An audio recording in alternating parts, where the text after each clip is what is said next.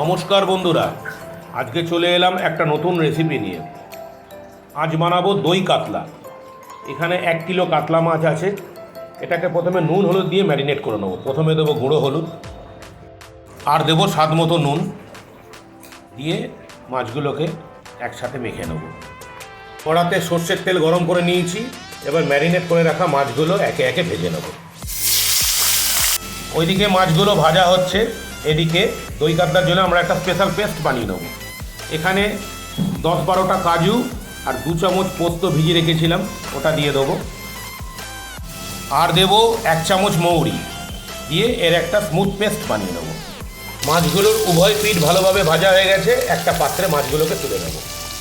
মাছগুলো সব ভেজে তুলে নেওয়া হয়ে গেছে। এবার ওই মাছ ভাজার তেলেই ফোড়ন দেব ছোটো এলাচ আর লবঙ্গ। গরম মশলাগুলো দিয়ে সুন্দর একটা গন্ধ বেরিয়ে গেছে।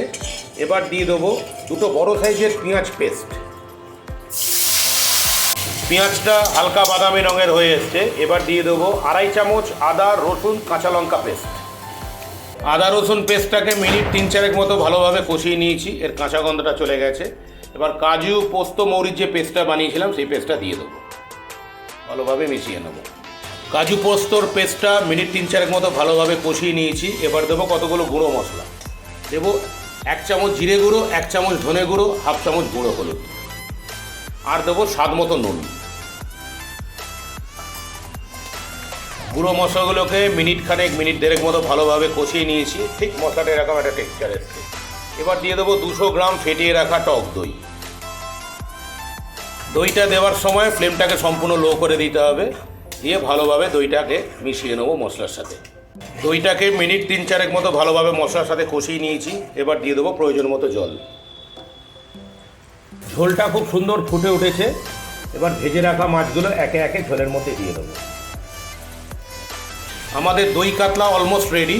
সবশেষে দিয়ে দেবো চেরা কাঁচা লঙ্কা আর কুচো করে রাখা ধনেপাতা। আমাদের দই কাতলা সম্পূর্ণ তৈরি। দেখুন কত সুন্দর দেখতে হয়েছে, টেক্সচারটা দেখুন কত সুন্দর হয়েছে দই কাতলা। আপনাদের কাছে আমার রিকোয়েস্ট, আপনারা ঠিক এই পদ্ধতিতে বানান, বানিয়ে খান, খুব ভালো লাগবে। ভালো লাগলে কিন্তু আমাকে অবশ্যই কমেন্টসে জানাবেন। আর যারা যারা আমার ভিডিও দেখছেন সবার কাছে আমার অনুরোধ, একান্ত অনুরোধ, প্লিজ আমার চ্যানেলটাকে সাবস্ক্রাইব করে দেবেন।